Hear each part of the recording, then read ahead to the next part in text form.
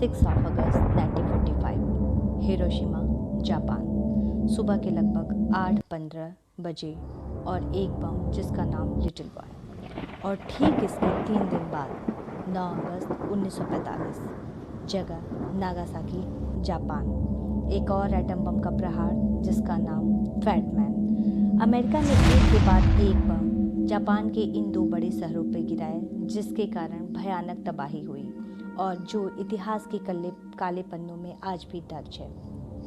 आज हम जानेंगे एटम बम के निर्माता ओपेनहाइमर के बारे में। जी हाँ, एक ऐसा आविष्कारक जिसका स्वयं का आविष्कार उसके लिए अवसाद का कारण बना। एटम बम के father Oppenheimer, J Robert Oppenheimer, Julius Robert Oppenheimer, जिनका जन्म आज ही के दिन 22 अप्रैल 1904 को न्यूयॉर्क शहर में और जिनकी मृत्यु 18 फरवरी 1967 को गले के कैंसर से जूझते हुए न्यू जर्सी में हुई थी। 1945 नागासाकी और हिरोशिमा पर बम गिराने के बाद उसकी भयावह स्थिति देखने के बाद ओपेनहाइमर आत्मग्लानि से पीड़ित थे।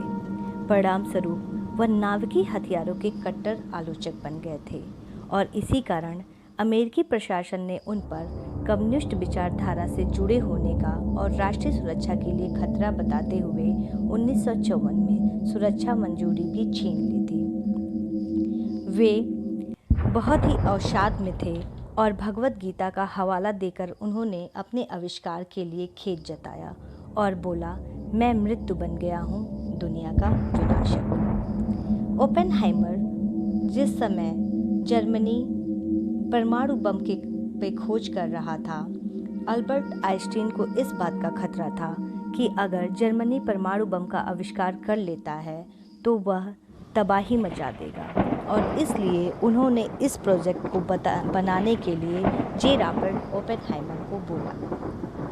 फर्स्ट एटम बम परीक्षण 16 जुलाई 1945 को लास एलामोस से लगभग 340 किलोमीटर दक्षिण में हुआ और इस परीक्षण को ट्रिनिटी टेस्ट के रूप में माना जाता है और ये टेस्ट सफल भी रहा और लगभग 1 महीने से भी कम समय में 6 अगस्त 1945 को हिरोशिमा और 9 अगस्त 1945 को नागासाकी पर 2 बम का अटैक किया गया।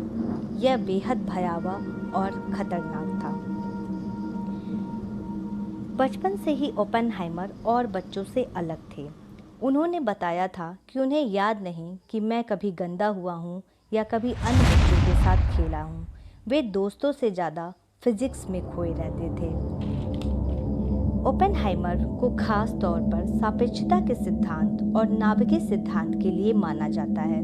इसके साथ ही नाभिकीय भौतिकी, स्पेक्ट्रोस्कोपी, क्वांटम फील्ड पर भी उन्होंने कई कार्य किए। उनके कार्यों का न्यूट्रॉन, मेसोन और न्यूट्रॉन तारे आदि की खोज में योगदान माना जाता है। उन्होंने कई बुक्स लिखी जिनमें से the open mind, atom and wired, uncommon sense काफ़ी फेमस रहीं।